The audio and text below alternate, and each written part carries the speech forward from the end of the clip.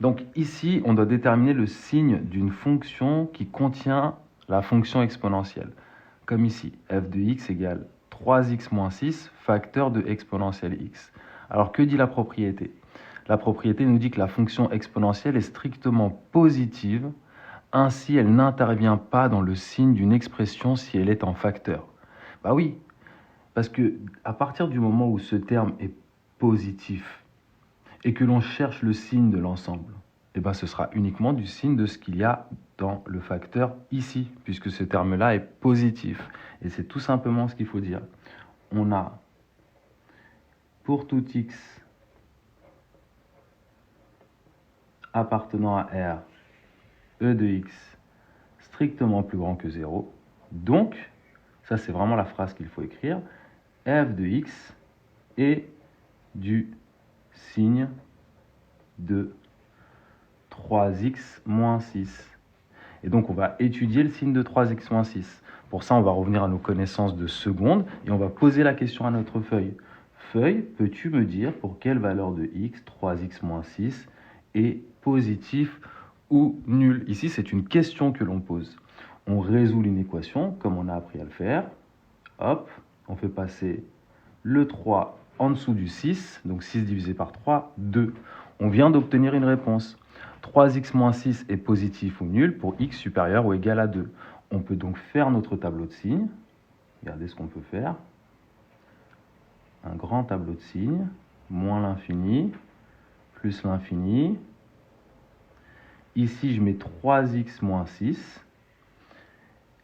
Et ici, je vais mettre la fonction f de x. Et en fait, ils vont avoir exactement le même signe. Donc ici, ça s'annule en 2, et c'est positif après 2.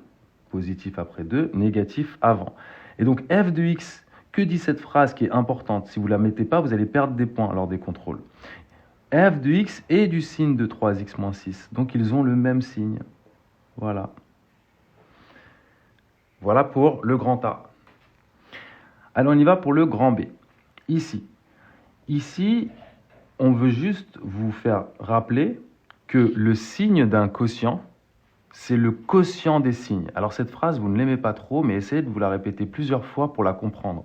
Le signe d'un quotient, c'est le quotient des signes. Ça veut dire si vous cherchez à déterminer le signe d'une fraction, il suffit de regarder le signe du numérateur et le signe du dénominateur, donc le quotient des signes, et appliquer la règle des signes que vous connaissez. Donc ici, en fait, qu'est-ce qu'il faut dire? Regardez comme précédemment, ici on avait exponentielle de x positif, donc c'était du signe de 3x moins 6. Et bien ici on est dans le même cas de figure. En fait, exponentielle de x plus x au carré, ce terme-là est positif. Pourquoi?